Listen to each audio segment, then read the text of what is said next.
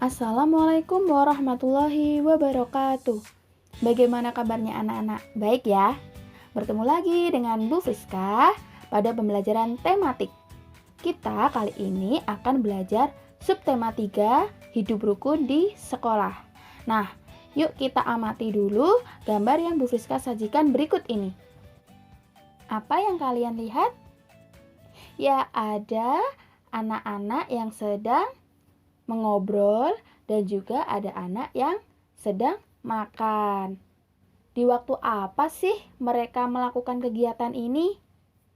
Ya, tepat sekali, mereka melakukan kegiatan ini ketika istirahat. Saat istirahat, kalian bisa mengobrol dengan teman kalian. Kalian juga bisa makan bersama dan juga berbagi makanan. Di sini Ibu Udin berpesan kepada Udin sebelum Udin berangkat ke sekolah. Bagilah bekalmu dengan teman-teman ya, Din. Udin pun menjawab, baik Bu, mengapa kita sebaiknya berbagi dengan teman, Bu? Ibu menjawab, menunjukkan sikap rukun. Bawalah tempat bekalmu kembali ya. Begitu kata Ibu Udin. Nah, jadi ketika kalian membawa bekal yang lebih banyak, kalian bisa berbagi dengan teman kalian. Karena hal tersebut dapat menjaga kerukunan. Sikap rukun itu sila keberapa? Iya, sila ketiga. Kalau berbagi bekal dengan teman, itu sila kedua Pancasila. Kita lanjut. Nah, sebelum kita melanjutkan, kalian bisa amati percakapan antara Udin dan Ibu. Apakah kalian menemukan kalimat perintah pada percakapan ini? Kalian belum tahu apa itu kalimat perintah ya? Nah, kalimat perintah itu apa sih? Jadi, kalimat perintah itu adalah kalimat yang isinya menyuruh untuk melakukan sesuatu.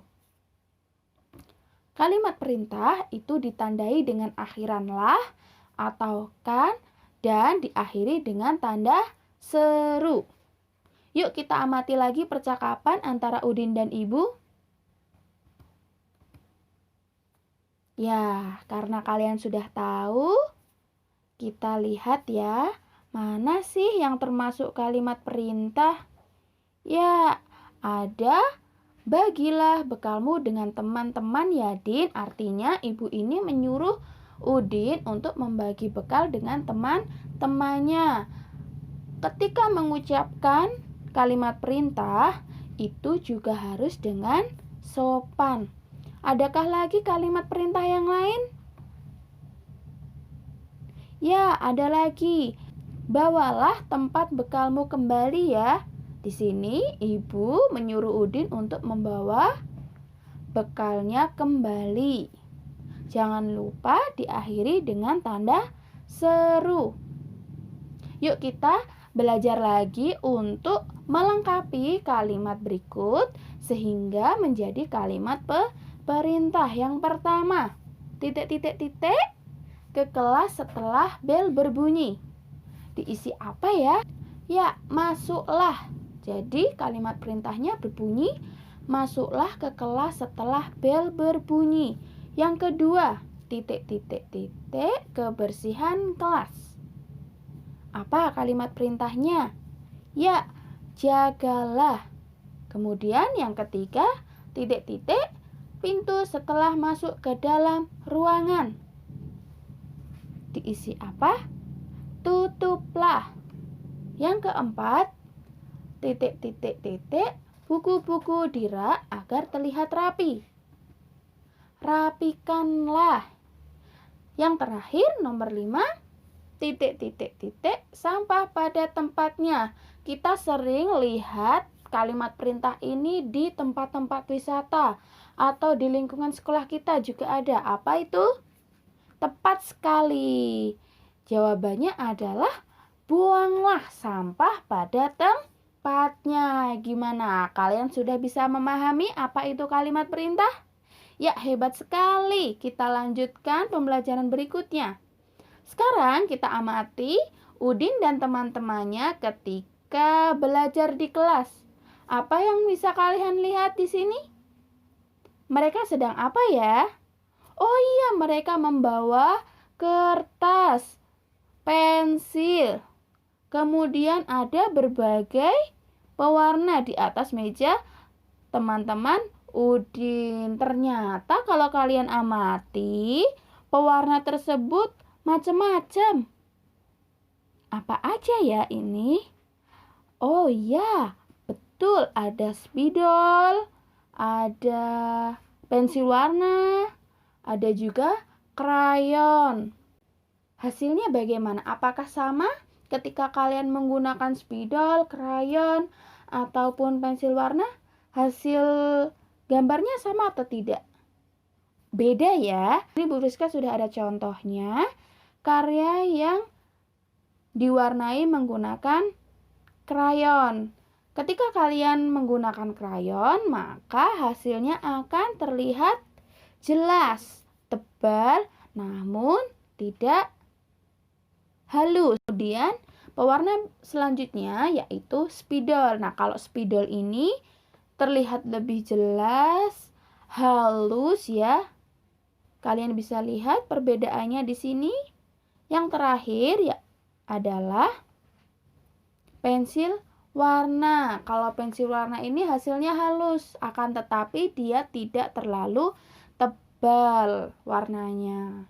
Gimana? Kalian bisa membedakan ketiga pewarna ini? Good. Kita lanjutkan. Selain mewarnai, teman-teman Udin ini juga membuat karya. Karya apa ya? Ya, mereka ingin menggambar burung.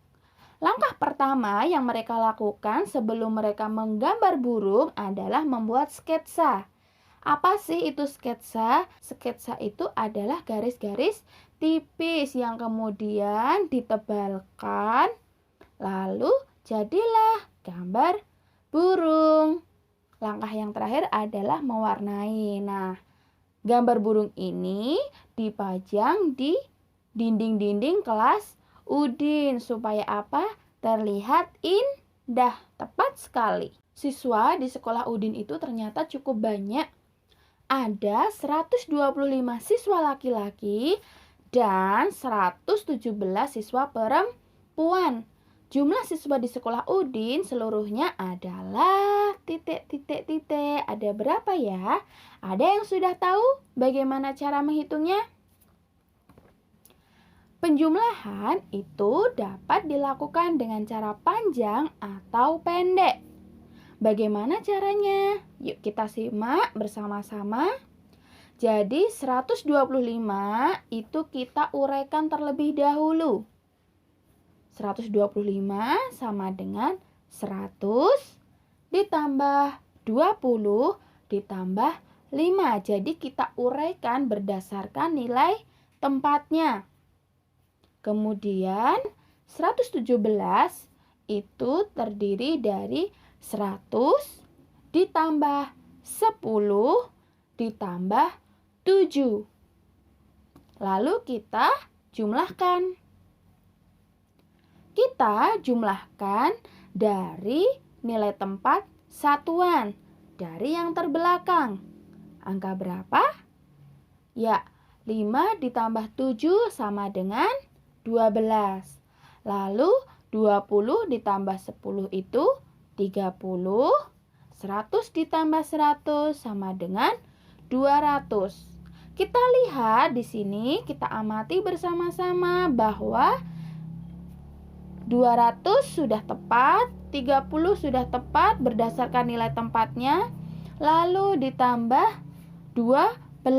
Nah, seharusnya yang paling belakang itu satuan. Akan tetapi 12 ini terdiri dari 1 puluhan dan 2 satuan.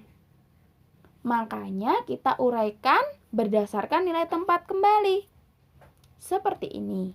200 ditambah 30 ditambah 10 ditambah 2. Baru kita jumlahkan. 200 ditambah 40 ditambah 2. Hasilnya 242. Mudah bukan? Kita lanjut yang cara pendek. 125 ditambah 117. Ingat, kita jumlahkan dari nilai tempat satuan. Ya, kita lihat 5 ditambah 7 berapa? 12. Tulislah angka 2 satuan, ya. Kemudian simpanlah angka 1 puluhan di atas. Jadi angka satunya ditaruh di atas di nilai tempat puluhan. Lalu kita jumlahkan puluhannya dari yang paling atas. 1 ditambah 2 ditambah 1 sama dengan 4. Kita letakkan di nilai tempat puluhan. Selanjutnya kita jumlahkan ratusannya. Berapa ratusannya? 1 ditambah 1 sama dengan 2. Hasilnya berapa? 242. Sama kan? Ya. Nanti anak-anak bisa melanjutkan latihannya di buku paket ya. Kita lanjutkan pelajarannya. Setelah belajar, Udin dan teman-temannya melakukan apa ya ini? Iya, mereka berdoa sebelum pulang. Berdoa ini menunjukkan pengamalan sila keberapa? Ya, ke-1 Pancasila. Lambangnya apa? Bintang. Betul sekali. Nah, setelah berdoa bersama, Udin dan teman-temannya ini mendapatkan jatah untuk membersihkan kelas atau mendapatkan giliran piket. Nah, piket ini dibagi dengan adil. Ada apa aja sih tugas piketnya? Ada yang menyapu lantai, membersihkan vas bunga, merapikan meja dan kursi, dan menghapus papan tulis. Dengan adil itu menunjukkan sila Pancasila ke-5. Tepat sekali. Saat Beni bertugas membereskan lemari kelas, di lemari terdapat kotak kapur tulis. Mula-mula ada 242 kapur tulis. Kapur tulis tersebut digunakan 38 buah. Sisa kapur dihitung dengan pengurangan. Jadi, sisa kapur ada ada berapa? Pengurangan itu dapat dilakukan dengan cara panjang ataupun pendek. Kita lihat cara panjangnya. 242 itu kita uraikan terlebih dahulu, yaitu 200 ditambah 40 ditambah 2. Nah, 242 ini juga bisa diuraikan menjadi 200 ditambah 30 ditambah 10 ditambah 2. Hasilnya yaitu 200 ditambah 30 ditambah 12.